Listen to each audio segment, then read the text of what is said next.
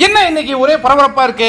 டிவிக்குனா தமிழக வெற்றி கழகம் அப்படின்னு விஜய் ஒரு கட்சி ஆரம்பிச்சு வச்சிருக்காரு இல்லையா, அது பேர் தான் தமிழக வெற்றி கழகம். என்னன்னா இதுல இன்னைக்கு 2 பேர் புதுசா இணைஞ்சிருக்காங்க. ஒருவர் பாத்தீங்கன்னா விடுதலை சிறுத்தைகள் கட்சியில இருந்தாரு, ஆதவ் அர்ஜுன். அவர் அந்த கட்சியிலேருந்து ஒரு தற்காலிகமாக நீக்கினாங்க. நீங்கள் என்ன தற்காலிகமாக நீக்கிறது, நான் பாட்டுக்கு வெளில போகிறேன்ட்டு அவர் பாட்டுக்கு வெளில விஜய் கட்சியோட இப்போ இணைஞ்சிட்டாரு.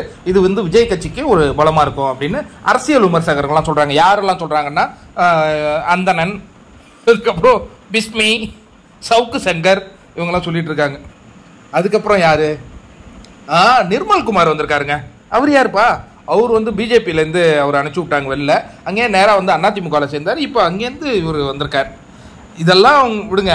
இந்த யூடியூப்பில் ராஜ்மோகன் ஒருத்தர் பேசிகிட்டு இருப்பார்ல, நல்லா தமிழ் நல்லா பேசுவாப்புல, அவர் தான் இப்போ கொள்கை பரப்பு செயலாளரா. என்னடா விஜய்க்கு அவருக்கு நேர் சம்பந்தம்? நல்லா யூடியூப்பில் பேசுவாப்புலப்பா. யூடியூப்பில் பேசுனாலே பதவி கொடுக்குறாங்களா? ஆமாம், ராம்குமார்னு ஒருத்தர் இருப்பான் தெரியுமா?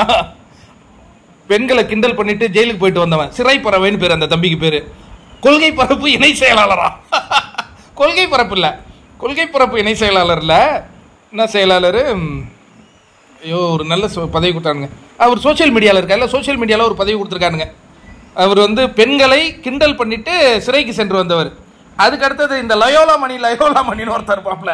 அவர் யாருன்னா ஒரு புது கண்டுபிடிச்சு சொன்னார், விஜய் அரசியலுக்கு வந்துட்டா திமுகவும் அதிமுகவும் கூட்டணி அமைச்சுக்கும், ஏயா அந்த அளவு எங்களுக்கு ஸ்ட்ராங்கா இருக்கும் அப்படின்னு சொன்னவர். இவங்கெல்லாம் இப்ப பொறுப்புக்கு வந்திருக்காங்க. அப்ப புஷி ஆனந்த்னு ஒருத்தர் இருப்பாரப்பா. அவருக்கு என்ன, புஷி ஆனந்த் பொதுச் செயலாளர் தான், இனி அவர் பொதுச் செயலாளர் தான், ஆனா பவர் எதுவும் அவருக்கு கிடையாது. எல்லாம் ஆதவ் அர்ஜுனுக்கு.